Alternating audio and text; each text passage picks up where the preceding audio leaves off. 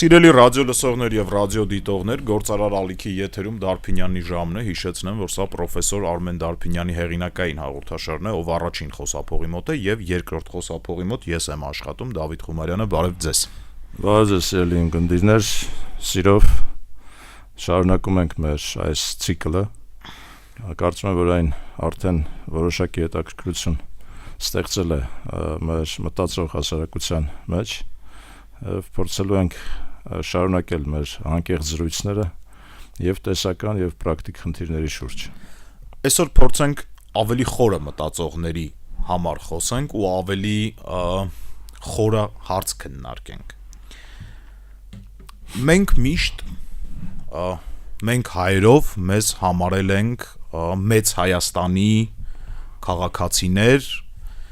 ու այդ շատ տեղերում է երևում, ես վերջերս ինձ ֆիքսել եմ Երևանի հիմնի մեջ, Պարուր Սևակի հեղինակած, որտեղ որ Երևանը գովերքելուց, դու մեր նոր դվին, մեր նոր անի։ Այսինքն խոսվում է քաղաքների մասին, որոնք Հայաստանի Հանրապետության տարածքում չեն գտնվում։ Ու շատ բաներ կա, սկսած Երևանի համայնքներից, վերջացրած Արարատ ֆուտբոլի ակումբով, Արարատ կոնյակի գործարանով։ Ինքն մենք մեզ համարել ենք, որ մենք մեր հայրենիքի ինչ-որ փոքր հատվածում ենք ապրում ու մեր հայրենիքը շատ ավելի մեծ է։ 20 թվականից հետո, վերջին իրադարձություններից հետո հասարակություն թեզեր են բերվում ամենաբարձր մակարդակով, որ ու մենք միշտ մեզ լավ ենք զգացել, որ այդպես է։ Այսինքն մենք մեր երեխեքին ենք տենց դաստիարակել, ես միշտ իմացել եմ, որ մենք երզրումից ենք, տղաս մի քիչ էլ մեծանա, անպայման իրան փոխանցելու եմ այդ տեղեկությունը, որ ինքը հստակ իմանա, թե մենք արմատներով որտեղից ենք։ Հիմա 20 թվականից հետո մեզ ասում են, որ այդ այնքան էլ լավ չի, որ դա մեզ խանգարել է այսքան ժամանակ, որ ես իմացել եմ, որ ես երզրումից եմ, դա ինձ կաշկանդել է ինչ-որ գործողությունների մեջ ու կա Հայաստանի Հանրապետությունը իր այս տարածքով ու այս էլ մեր հայրենիքն է ու այսքանն է ու մեր բոլոր հետագա պլանները եւ մեր սրտերում պիտի սա լինի, ոչ թե այն ինչ մենք իմացել ենք։ Կուզեի այդ քննարկեինք։ Գիտեք, դուք իշտակեցիք Երևանի հիմնը։ Ես կասեմ, որ Երևանի բոլոր համայնքները գրեթե մեր արևմտյան Հայաստանի գավառների եւ կամ քաղաքների անվանումներն են։ Իսկապես դա այդպես է, գիտեք, այստեղ գալիս է խորքային հակասությունը հայրենիք եւ պետություն հասկացությունների մեջ։ Եվ կարծում եմ, որ պատահական չէ, որ վարչապետ Փաշինյանը վերջերս շեշտադրում է կատարում, որ հայրենիքը հենց դա պետությունն է, պետությունը դա հայրենիքն է, եւ փորձում է նույնականացնել, որովհետեւ մեզ հայերիս մեջ այդ հակասությունը առկա է այնուամենայնիվ, եւ դա ունի իհարկե նաեւ ողբերգական պատմություն։ Մենք առանձնահատուկ ենք այդ իմաստով, միգուցե նման ենք հրեաներին մասամբ, որովհետև նրանց մոտ եւս կա այդ հակասությունը հայրենիք, պետություն, նման ենք լիբանանցիներին, որոնց սփյուռքը շատ ավելի մեծ քանակություն է կազմում մարդկային իմաստով, այսինքն մարդաքանակը ավելի մեծ է, քան լիբանանցիների, որոնք ապրում են հենց Լիբանանում, նույն մեր պատկերն է։ Սփյուռքում ավելի շատ հայ ապրում, քան Հայաստանում, բայց տեսեք, առաջին անգամ ես մտորեցի նման հարցադրման շուրջ, երբ լսեցի դեռևս սովետական շրջանում էր Վազգեն կաթողիկոս Վազգեն առաջինի ճառերից մեկը, որտեղ նա արտահայտեց հետևյալ միտքը, ասաց հայրենիքը դա Աստծո պարգև է։ Իսկապես ես հասկացա, որ հայրենիքը դու չես ընտրում, դա քո ծննդյան փաստից ելնելով միանգամից տրվում է քեզ Աստծո կամոք։ Հայրենիքը ճիշտ այնպես ինչպես կյանքն է Աստծո պարգև, այնպես էլ հայրենիքն է Աստծո պարգև։ Հայրենիքը դա անպայման կապ ունի մանկության հետ, անպայման կապ ունի մանկական հիշողությունների, պատկերացումների, տպավորությունների հետ, դա տատիկի թխած լավաշն է, դա պապիկի տված խրատներն են, դա այն բնությունն է, որի մեջ դու ծնվել ես, որի մեջ դու աճել ես, զարգացել ես, դա այն մարդիկ են, որոնք քեզ շրջապատել են այդ ժամանակ, դա հենց հայրենիքն է, որը մեր մեջ կա եւ դա հենց այն երզնումն է, որը ձեր մեջ կա եւ դուք կփոխանցեք ձեր զավակին, ճիշտ այնպես ինչպես մի պապս մշեցի էր, մյուս պապս վանեցի էր, ես չեմ կարող դա չընկալել որպես իմ հայրենիք։ Բայց տեսեք, որ որտեղ է առաջանում հակասությունը։ Հակասությունը առաջանում է այնտեղ, որտեղ մենք այն տարածքը, այն հողը, որի վրա գտնվում է մեր պետությունը, որտեղ պետությունը ի տարբերություն հայրենիքի դա Աստծո պարգև չէ, պետությունը դա գիտակցված ընտրություն է, պետությունը դա պատասխանատվություն է, պետությունը դա գաղափարախոսություն է, պետությունը դա շնորհք է վերջին հաշվով, ազգային շնորհք, այսինքն ազգը, որը պիտի վերածվի քաղաքական ազգի, որի համար պետությունը առաջնահերթություն է կազմում, հա, այդ իմաստով պետությունը իսկապես գիտակցված ընտրություն է։ Ուրիշ բան է, որ մեր դեպքում միգուցե մեզ մոտ մի քիչ շեղում իրականացավ, որովհետև 91 թվականին, երբ մենք ստացանք ըստ էության այս անկախությունը, ստացանք կայսրության փլուզման հետևանքով։ Եվ ուրեմն մեզ մոտ միգուցե նույնպես առաջացավ այդ պատրանքը, որ սա նույնպես Աստծո պարգև է, պետությունը Աստծո պարգև է, իսկ Աստծո պարգևի նկատմամբ դու առանձնապես պարտավորություն չես կրում։ Գաղափարախոսություն պետք չէ, պետություն է, հիմա դու ծնվեցիր ես պետությունում, ստացար անձնագիր եւ այլն, դա ինչ-որ բնական մի երևույթ դիտարկվեց առանց պարտավորությունների։ Եվ իհարկե այստեղ կա Պրոբլեմ կա նաև, ես հիշում եմ 90-ականներին, երբ մենք նոր կառուցում ենք մեր պետական ինստիտուտները, Սփյուռքի մոտ կար որոշակի ոգևորվածություն։ Եվ պիտի շեշտենք նաև, որ Սփյուռքը այդ ժամանակ հիմնականում Արևմտյան Հայաստանի Սփյուռքն էր, որտեղ սովետական միությունը փլուզվել էր, սովետական հայերը, որոնք մնացել էին Ռուսաստանում, Ղազախստանում եւ այլն, դրանք նույն սովետական հայերն էին, որոնք որ նաև Հայաստանում էին, հա, այդպես առանձնապես մեծ տարբերություն չկար։ Բայց որպես Սփյուռք մենք այո դիտարկում ենք Արևմտյան Սփյուռքը եւ այստեղ առաջացավ երկրորդ հակասությունը, տեսեք, ստեղծվեց պետություն այն հողերի վրա, որոնք այդ հողերը, մեր այսօրվա պետության հողերը, որ պետության հիմքն է կազմում, այդ հողերը հայրենիք չէին մեր Արևմտյան Սփյուռքի համար։ Սփյուռքահայերի համար հայրենիք էր Վանը, Մուշը, հասկանում եք, Իգդիրը, Բիթլիսը, Սեբաստիան, բայց ոչ Սևանը, ոչ Գորիսը, էլ չասեմ ոչ Ղարաբաղը, հիշում եք, վերջերս նաև Արցախյան այդ պատերազմից հետո արտահայտություն կամ գնահատական հնչեց, որ առաջին Արցախյան պատերազմում Սփյուռքը հայերից 13 հոգի էր մասնակցում ընդամենը այդ պատերազմին։ Գիտեք, ես կարծում եմ, որ եթե այդ պատերազմը լիներ Մուշի համար կամ Վանի համար, շատ ավելի շատ սփյուռքահայեր կմասնակցեին, որովհետև նրանց համար հայրենիքի պատկերացումը հենց դա է։ Հասկանում եք, եւ այստեղ կա արդեն երկրորդ հակասությունը, ոչ միայն ասենք պետությունը չի ընկալվում որպես առաջնահերթ արժեք, այլ նաեւ հայրենիքը այս հողատարածքում չի դիտարկվում է շատ ավելի լայն հողատարածքում, որը գտնվում է այսօր դե ֆակտո այլ պետությունների տիրապետման ներքո։ Եվ իմ կարծիքով հենց այստեղ այս հակասությունները հաղթահարելու համար է գալիս այն թեզը, որ եկեք այնուամենայնիվ մենք կենտրոնանանք այն հողերի վրա, որոնք կազմում են մեր պետության, այսօրվա պետության հիմքը եւ հենքը։ Եվ այդ հողը սիրենք, այդ հողը փորձենք շենացնել, այդ հողը փորձենք ֆիքսենք, էլի, պարոն Դարբինյան, որ դա հիմքն է, իսկ շինությունը հիմքից բացի էլի հատվածներ է ունենում է հատվածներ, հենց այդտեղ է պետականաշինությունը հայրենի հողի վրա, հասկանում եք, սա նոր հասկացություն է։ Հիմա այս հակասությունը շատ դժվար է վերացնել,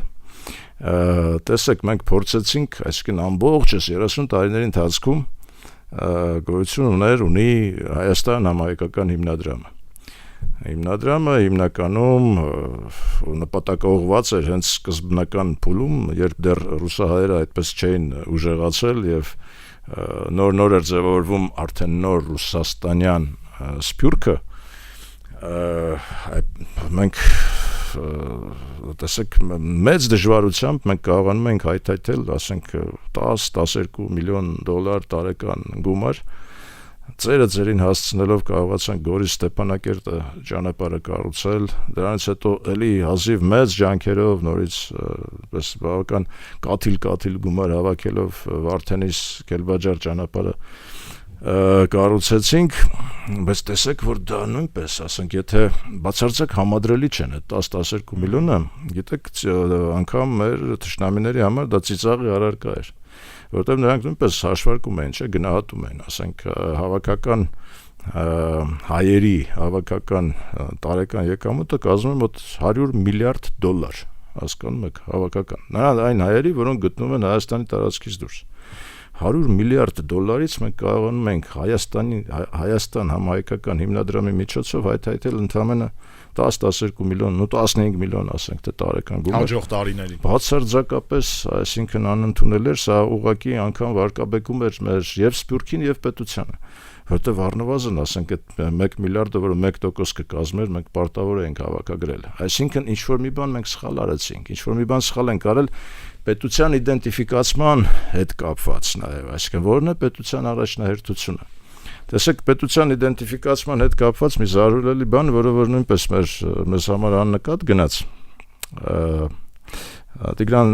Սարգսյանի կառավարության ժամանակ, եթե հիշում եք, առաջին անգամ թողարկվեցին պետական հայաստանյան բոնդեր, որոնք պիտի ազատ շրջանառության մեջ լինեին, ազատ շուկայում Նյու Յորքի ֆոնդային բորսայում պիտի թողարկվեն եւ այնտեղ շրջանառվեն։ Հիմա սովորաբար ֆոնդային բորսաներում բրոկերները, որոնք որ առուվաճառքով են զբաղված, նրանք ուրեմն անպայման ինչ որ անվանում են կպցնում կարճ կոնկրետ բոնդերին, որպեսզի տարբերակեն, որովհետև եթե դուք տեսել եք, ասենք, այդ Bloomberg-ով բանով ցույց են տալիս, ինչպես են բրոկերները իրար հետ առևտուր անում այդ արժեթղթերի։ Հեռախոսով ակնթարթային գործարքներ են կատարվում, ասենք, ես այսքան, այս ինչ արժեթղթից եմ ուզում, այս գնով, այդ բան, այդ համար, ասենք, արժեթղթը պետք է ունենա կարճ անվանում։ Հիմա ինչպես անվանեցին մեր պետական Հայաստանի Հանրապետության պետական պարտ կանդիսացող պարտատոմսերը։ Հիշում եք, անվանակեցին Քարդաշյան։ Հասկանում եք, այսինքն մեր պետությունը, պետական ազգային պարտքը բերեցին, նույնականացրեցին, ասենք, հայուհու, ասենք, որոշակի բարեմասնությունների հետ։ Դա իմ կարծիքով շատ վարկաբեկիչ էր մեր պետության համար։ Դա նաև ցույցիչ էր, որ մենք իդենտիֆիկացիան սխալ ենք իրականացրել։ Այս պետությունը Սփյուռքի հետ հարաբերություններում, այսինքն Սփյուռքի, քանի որ Սփյուռքը չի նույնականացնում պետությունը հայրենիքի հետ, քանի որ Սփյուռքը անգամ տարածքը որպես հայրենիք չի դիտում, այլ տարածք է դիտում հայրենիք։ Դե հիշում եք, սփյուռքահայերը գալիս էին Հայաստան, ինչ էին նկարում։ Մասիսը, այն կողմն են նկարում, այսինքն նրանց համար նա է կարևորը, ոչ թե սա։ Դեպի ներս պիտի մենք մեր հայացքը նետենք։ Սա է երևի այպես այս պահի իհարկե կենտրոնացման հսկայական անհրաժեշտություն ունեցող խնդիրը, որովհետև նույնը վերաբերում է մեր վերաբերմունքին, մեր սահմանային գոտու, մեր գյուղերի, չէ՞, գյուղերը պես մարդաթափվում էին, չէ՞, մենք ինչ ստեղծեցինք, մենք ստեղծեցինք մի հզոր մեծ ուռճացված գլուխ Երևան քաղաքը, եւ մենք դատարկեցինք գյուղերը, երկիրը, որը գյուղերը դատարկում է, ապագա չունի, հասկանում եք, մենք սա պիտի հասկանանք, սա պիտի առաջ մղենք, կոնցեպտը պիտի առաջ տանենք, երկիրը պիտի այլ կերպ իհարկե տանենք, զարգացնենք եւ ահա որտեղ է առաջանում այս խնդիրը երկրի, տարածքի, հողի, հայրենիքի եւ պետության նույնականացման։ Տեսեք, հրեաները, այդ օրինակը բերեցի, հրեաները 47 թվականին ստեղծվեցին որպես պետություն, հա, Իսրայելը ստեղծվեց, Միացյալ Ազգերի կազմակերպությունը հատկացրեց հողատարածքը, առաջնային մոտեցումը դա հրեաների պետությունն էր, հա, այսինքն, բայց հենց այդ պահից սկսվեց բանը, երկու կոնցեպտների միջև դիսկուրսը եւ այսպես մեկը մյուսին հերթ չտալով փորձում են իրար հետ վիճարկում էին առաջնահերթությունը։ Ուրեմն սա հրեաների պետությունն է, թե հրեական պետություն է։ Այսինքն բոլոր հրեաների պետությունն է, թե հրեական։ Բնական է, որ կազմավորման առաջին ժամանակահատվածում սա ավելի շատ դիտարկվում էր որպես հրեաների պետություն։ Ես նույնը կարող եմ ասել նաև 91 թվականին Հայաստանը ձևավորելու ժամանակ Սփյուռքում կար կարծիք, որ սա համահայկական պետություն է, էլի։ Բայց աստիճանաբար, երբ գալիս ես արդեն կոնկրետ խնդիրների ես զբաղվում, հասկանում ես, որ սա Համահայկական պետություն չէ։ Այդ կապակցությամբ մի բան եմ ձեզ ուզում հարցնեմ։ Մի բան եմ ուզում կարճ շատ պատմեմ։ Մեր ընկեր ռադիո լսող Արտակ Չիբուխչյանը, ում որ ես ողջունում եմ, եթե նա մեզ դիտում է, խոսքը Ենոք Հավանի Արտակի մասին է, հասարակությանը ինքը ավելի շատ այդպես է հայտնի։ Ինձ պատմում էր, որ երբ խոսվում էր ռեֆերենդումի մասին, հասարակության մեջ կար սենց բան, որ այ կա 10 միլիոն հայ դուրսը, որոնք որ ուզում են գան Հայաստան, ուզում են երկիր ունենան, որովհետև այդ մարդիկ երկիր չունեն, ապրում են Ֆրեզնոյում են ապրում, LA-ում են ապրում, տենց աշխարհի տարբեր լավ տեղեր ապրում են, բայց այս մարդիկ չունեն հայրենիք։ Հիմա մենք շուտ պետք է անկախանանք, որ այս մարդիկ երկիր ունենան, կարենան գան։ Ոսպա մենք տենց բոլորս գնացինք, ընտրեցինք, հետո տեսանք, որ այդ մարդիկ չեն գալի։ Հիմա ես հասկանում եմ, որ պետության կարևորությունը մեծ է, պետության աշխատանքը մեծ է, բայց եկեք մի հարց քննարկենք, էլի արդյոք նորմալ է, որ պետություն ունեցող ազգը սփյուռք ունի։ Ընդհանուր առմամբ, որպես երևույթ։ Գիտեք, դա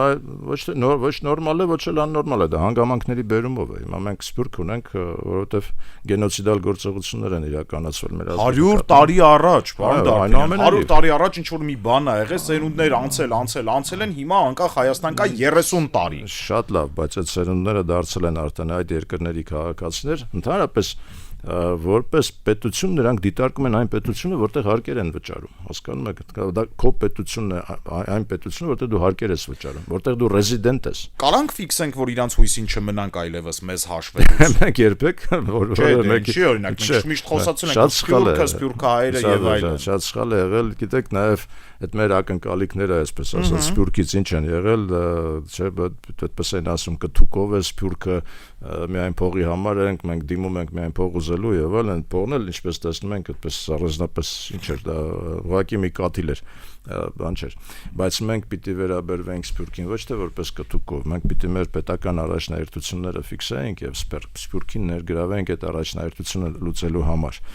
Տեսեք ինչ ստացվեց, այս հակասությունը հաղթահարելու համար մասամբ ես կարծում եմ, որ 2000-ական թվականներին մեր պետությունը որպես արտաքին քաղաքականության առաջնահերթություն դիտարկեց ցեղասպանության ճանաչման գործընթացը ամբողջ աշխարհով մեկ։ Այդտեղ կարծես թե նույնականացվեցին արևմտյան սփյուռքի եւ մեր պետության շահերը, եւ սփյուռքը իսկապես բավական ակտիվ կերպով օժանդակեց այդ գործընթացին, եւ մենք ստացանք ռեալ արդյունքներ, մենք ստացանք քաղաքական արդյունքներ։ Կարծեմ 27 պետություն, աշխարհի 27 պետություն, այդ թվում ոչ վերջի պետությունները, բավական լուրջ, ուրեմն աշխարհակաղակական դերակատարում ունեցող պետություններ ընդունեցին այդ փաստը եւ դատապարտեցին ցեղասպանությունը, նաեւ որոշակի ճնշում, բարոյական ճնշում, ես կասեի, գործադրելով Թուրքիայի վրա։ Այսինքն այնտեղ, որտեղ նույնականացան մեր շահերը, մենք ստացանք արդյունք։ Բայց հասկանանք, թե այդ արդյունքը ինչքանով էր նպաստում մեր Հայաստանի Հանրապետության մեր պետական շահերին։ Պարզվեց, որ ոչ մի կերպ ես կարծում եմ, որ անգամ որոշ իմաստով վնաս տվեց, որովհետև պետությունը, եթե տեսեք, պետությունը որևէ այլ պահանջ չէր ներկայացնում, հա, ասում էր ճանաչեք, բայց դա ընդհանրապես բարոյական ինչ-որ մի խնդիր էր, որը պետք էր դնել երևի թե Թուրքիայի հետ ինչ-որ բանակցային սեղանին այդ բարոյական խնդիրը։ Այդ տեսեք, օրինակ ասենք մենք այո, աջակցում ենք այդ գործընթացին, բայց մենք կդադարեցնենք, եթե դուք ենթադրենք կատարեք այս ինչ քայլը։ Տեսեք 90-ականներին Թուրքիան եւ անգամ 2000-ականներին, մինչեւ 2008-9 թվականները ես կարծում եմ, որ Թուրքիան բավական նեյտրալ էր իրեն պահում հայ-ադրբեջանական Ղարաբաղյան հակամարտության հետ կապված։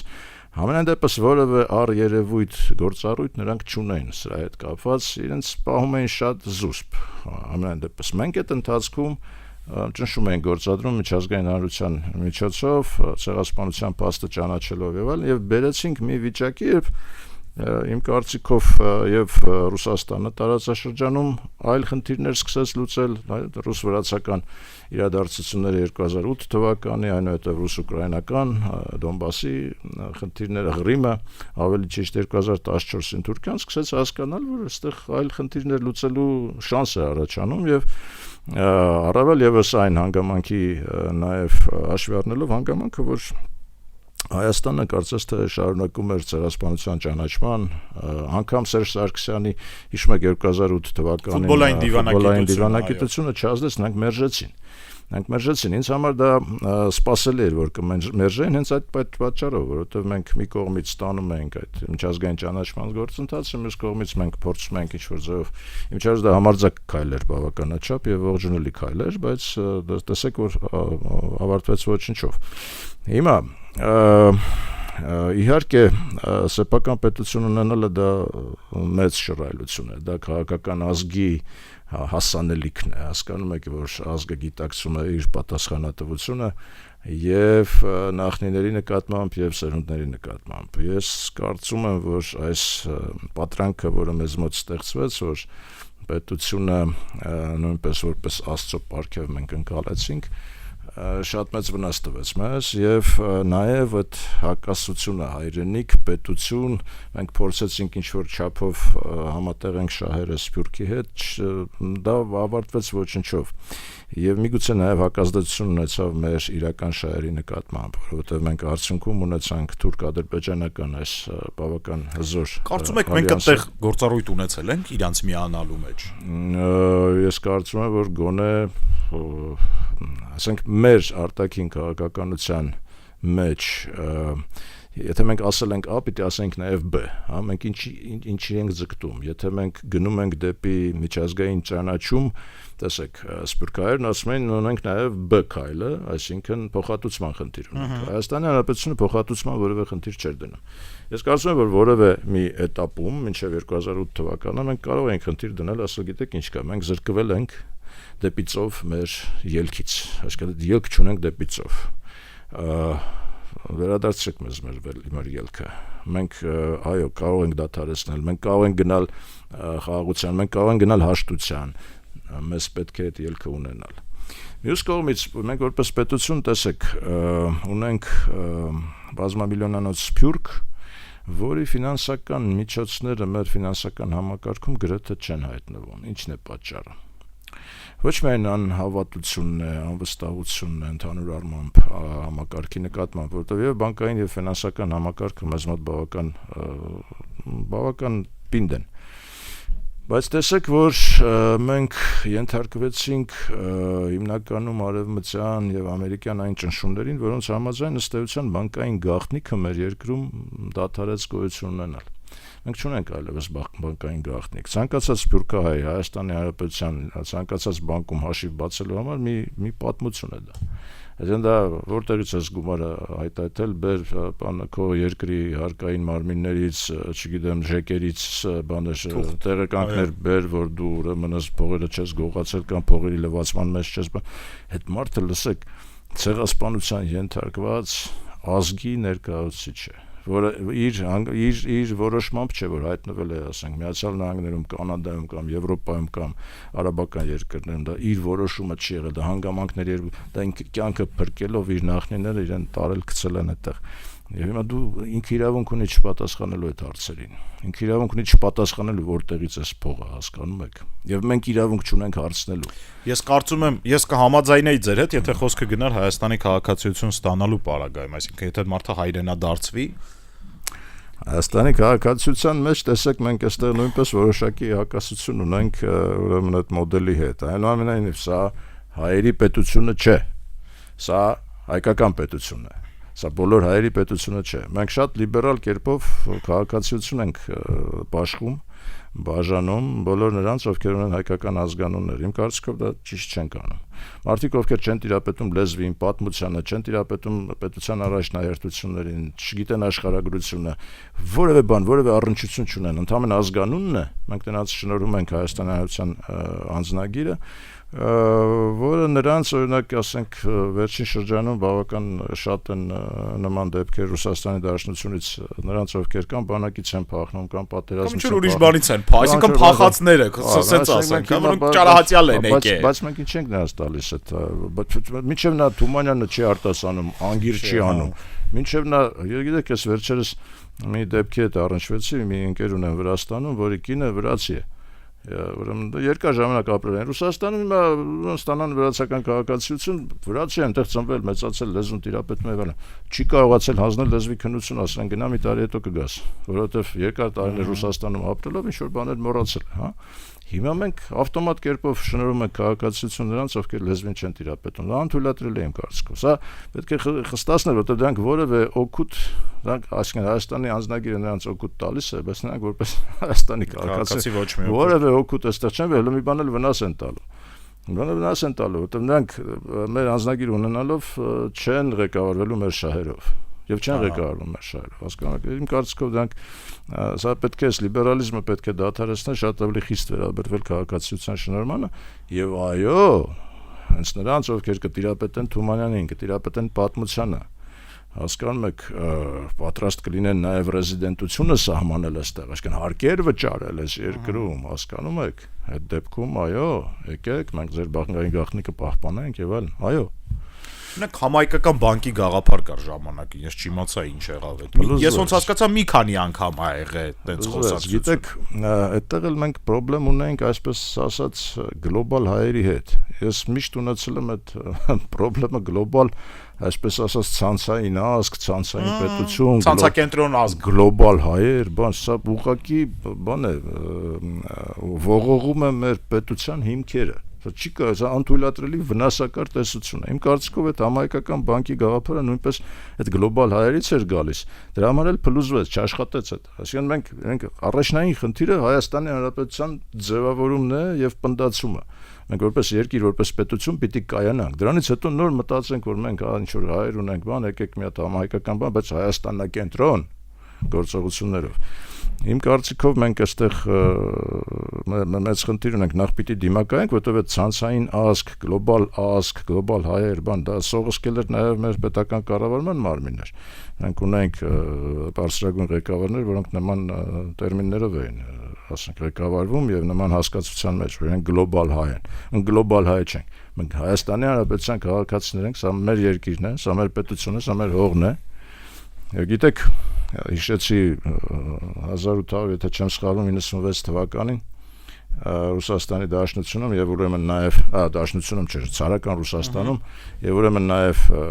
այս արևելյան Հայաստանում, որը ցարական Ռուսաստանի մաս էր, մարտահամար էր անցկացվում։ Այդ մարտահամարի հարցերից մեկը, ինչպես գիտեք, ասենք, ձեր զբաղմունքը ինչ է, հա։ Նիկոլայ II-ը գրել էր «Խազային земли русской», ռուսական հողի տեր։ Ես շատ կուզենայի, որ մեր Հայաստանի Հանրապետության քաղաքացիները իրանց զգային զբաղմունքը ինչ է, հարցին պատասխանային հայոց հողի տեր, այն հողի տեր, որի վրա գտնում է քո պետությունը, որտեղ հողը չի կարելի դատարկել, հողի վրա ապրել է պետք, հասկանում եք, ես այսօր կարծեմ, թե երեք տեսա ռուսական լրատվամիջոցներից մեկում ներքին թե ոսկեպարի ուրեմն նախկին ադրբեջանական մարդաթափված գյուղն էր, այսինքն եթե հողը քոնն է, դու պետք է դա բնակեցնես, դու պետք է ապրացնես, դու պետք է ծաղկացնես, որտեղ հողը դու ծաղկացնում ես, հողը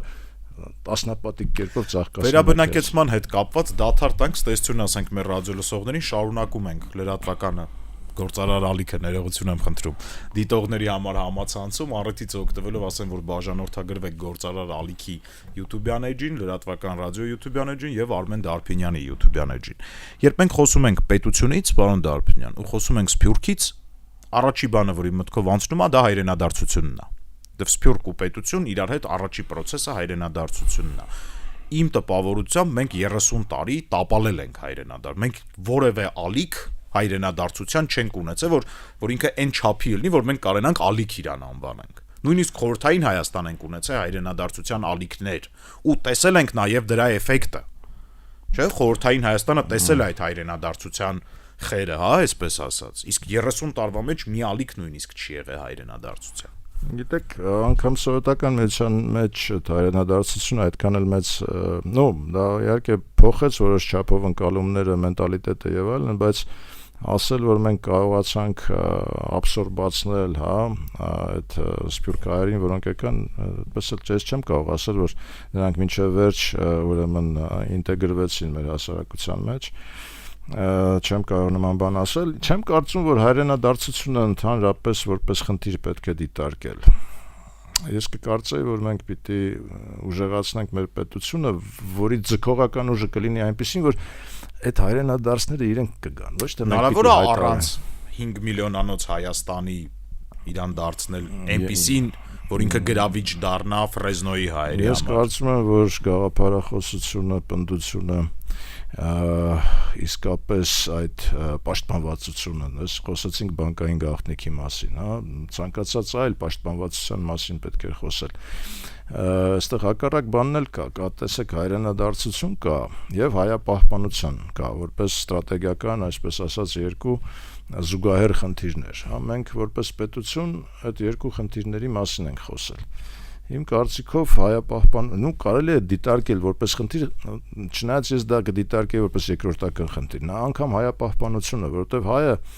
տեսեք, նա եթե հայրենիքի գիտակցումը ունի, նա կպայի իր մեջ այդ հայկականությունը։ Մենք խնդիր ունենք դրսում հայերի ինտեգրմանը նպաստել, որպեսզի նրանք քաղաքական, բիզնես, ֆինանսական ոլորտներում առաջնային դիրքեր գրավեին այլ երկրներում եւ օգտակար լինեին իրենց պետությանը, լոբիստական հնարավորություններով, ֆինանսական հնարավորություններով։ Մենք ինտեգրման խնդիր չենք դրել։ Տեսեք ի տարբերություն նույն հրեաներին։ Դե ինչ որ երկրներում, բայց մենք լավ ինտեգրված ենք, տեսեք, Լավրովը, Միշուստինը շատ ինտեգրված հայեր են։ Կարող է պիտի իրանք մի քիչ ստեղ ինտեգրվեին, այսինքն ինտեգրվեին հայկական միջավայր, որտեղ ռուսական միջավայրում իմ համար, երբ որ մի քիչ հեռվից է նայում process-ներին, այսինքն Ռուսաստանի երկրորդ մարդը եւ չգիտեմ թվով որերորդ մարդը լինեն հայ ու դու կրվես Ադրբեջանին, էլի, այսինքն այդ նոնսենս է, այդ ինչ աստիճան ապաշնոր պիտի մենք լինենք։ Իմ կարծիքով այստեղ ոչ մի հակասություն չկա։ Նրանք հայ չեն, հասկանում եք, նրանք ռուս են։ Նրանք ծագումով միգուցե հայ են։ Տեսեք, բանը Սուվորովը, որը լավագույն ռուսներից էր, հայկական ծագում ուներ։ Դե ասում են շուտատիկի կողմով։ Այն ինչ որ հայկական ծագում ուներ, հա, նա արտահայտեց մի անգամ Ալպերում, երբ իր զորքը տանում էր դեպի հաղթանակ, ասաց մի ռուսկի с нами Бог։ Հասկանում եք, հիմա այդ մարդիկ իրենց ռուս են գիտակցում, իրենք մեծացել են, կայացել են, ձևավորվել են, կազմավորվել են։ Մենք որևէ այդտեղ պրետենզիաներ իրենց նկատմամբ պիտի չունենանք, որ իրենք հայ են, հիմա իրենք մեղավոր չեն։ Իրենք միգուցե չեն էլ ուզենա հայ լինել, ուղղակի այդպես է ստացվել։ Հիմա մենք ինչ պրետենզիա ունենք նրա նկատմամբ, որ ընդհանրենք հայկական ծագում ունի թե ոչ։ Մենք մեր պետության, մեր հողի, մեր պետականության տերը պիտի լինենք։ Ոչ թե մենք ակնկալենք, որ նրանք, ովքեր հայկական ծագում ունեն, նրանք առաջնահերթության կարգով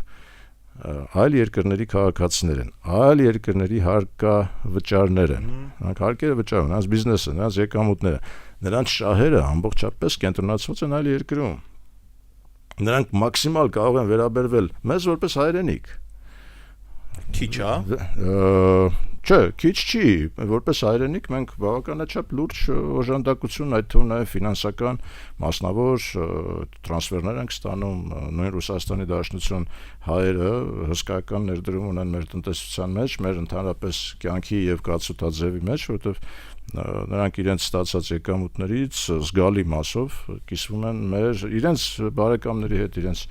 մեր ազգաբնակչության հետ, այսինքն մենք այդտեղ ունենք այդտեղ դիվիդենդը, բայց դա կապ չունի մեր պետության հետ, պետականության հետ, դա նրանց ընդհանրապես ազգային մղումն է, ընդհանրապես հայրենիքի գիտակցումը։ Նորից այստեղ խոսում ենք, տեսեք, արևելյան հայերի մասին ենք խոսում, չէ՞, Ռուսաստանյան, Ղազախստանյան, դրանք արևելյան հայերն են, որոնք այո, իրենց հայրենիքի հողը նույնականացված է այսօր Հայաստանի Հանրապետության հետ։ Ի տարբերություն արևմտահայերի, որոնց հայրենիքի հողը նույնականացված չի մեզ հետ։ Այսօր արևելյան հայերը այդ իմաստով ավելի մեծ ներդրում ունեն այդ տնտեսության մեջ եւ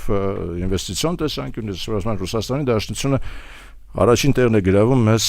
որպես ինվեստիցիոն պարտներ, չէ՞, դա մեծապես պայմանավորված է հայերով, արևելա հայերով, որոնք ապրում են, աշխատում են, վաստակում են Ռուսաստանի Դաշնությունում եւ ուրեմն ինվեստիցիոն գործունեություն են ծավալում այդ թվում նաեւ հայրենիքում։ Ըստ նրանց համար որպես պետական շահ առաջնայինը իրենց երկրի շահն է, ոչ թե մեր պետության շահը։ Հիմա եթե իրենց երկրի շահը ուրեմն թելադրում է, որ պիտի օրինակ ուրեմն Ռուսաստանի Դաշնությունը տեղակայվի այստեղ կամ այնտեղ, ուրեմն իրենք հետևելու են իրենց երկրի շահին։ Ես չեմ ուզում վիճեմ նամանավանդ որ 10 րոպե ունենք խոսելու, բայց սենց մի բան կա, էլի օրինակ մենք խոսում ենք ինչ որ մարդկանց մասին, ովքեր որ լավ ինտեգրվել են մեծ պետություններում, աշխարհքաղաքական կենտրոններում, ոնց է կարծում այդ մտավոր պոտենցիալը եւ ունակությունները ավելի պիտանի կլինեին, եթե նրանք լինեին Հայաստանում, զբաղվեին ձեռնարկատիրությամբ, իհարկե շրջանառությունները կլինեին կտրուկ ավելի ցածր, բայց իրանք կլինեին Հայաստանի Հանրապետության հարկատուներ։ Թե երբ իրանք ասենք Միացյալ Նահանգներում են լուրջ շրջանառություններով մարդիկ, բայց Հայաստանին հասնում է արդար լինենք, էլի, այդ մարդիկ գրանցում են դա investment, բայց մտքում ասում են donation։ Տեսեք ոնց, նրանք կայացել են որպես ինդիվիդուալ մղման արդյունք, որպես ինդիվիդուալ չարչարանքի արդյունք։ Նրանք չեն կայացել այդ երկրներում որպես Հայաստանի Հանրապետության կողմից օժանդակության դրսևորում։ Նրանք ընդամենը կարող են եւ որևէ նպաստ չունենալ Հայաստանի կյանքի, որտեղ որևէ պարտավորություն չունեն։ Դե երևի շատերն էլ չունեն հիմա։ Նրանց պարտավորությունը նրանց երկրի նկատմամբ է եւ մենք էլ որևէ իրավունք չունենք նրանցից որևէ բան պահանջելու։ Գիտեք, առավել եւս որ մենք ընդամենը հայապահպանությամբ ենք զբաղվել, նորից եմ կրկնում, որպես պետություն, մենք չենք զբաղվել, մենք չենք խրախուսել ինտեգրումը։ Նույն վրացահայերի օրինակը եթե մենք բերենք, հա, մենք ընդամենը զբաղվել ենք հայապահպանությամբ։ Ոչ այնքան հաջող։ Ոչ այնքան հաջող, այո, մենք ասենք Վրաստանի բանում establishment-ում մենք չունենք, մենք այնտեղ բանը գետոյի կարգավիճակում ենք, անգամ խորհրդարանում որ տեղեր ունենք, դա ոչ թե նրա պատճառով որ մենք ինտեգրվել ենք, դա ասենք խորհրդարանի վրացական մեր հարգարժան մարդիկ լավ մարդիկ ասենք դեպքեր կան որ վրացերեն չգիտեն, չէ՞, ասենք դա ես չեմ կարծում որ դա մեր ուժեղ կողմն է, դա մեր թույլ կողմն է, եթե հայը Վրաստանում վրացերեն չգիտին, դա մեր թույլ կողմն է, ավելին ասեմ, մենք այստեղ Հայաստանում վրացերենի իմացությունը, օրինակի համար եմ ասում, իհարկե պիտի բարձրացնենք, մենք պիտի հասկանանք ինչ է կատարվում մեր հարևանների մոտ, մեր բարեկամ երկրների, մեր թշնամի երկրներում ինչ է կատարվում։ Ես փորձ ունեմ ադրբեջաներենը փորձում ենք ներդնել մեր հայ-ռուսական համալսարանում, որտեղ մենք ես որոշ ժամանակահատված երկար ժամանակահատված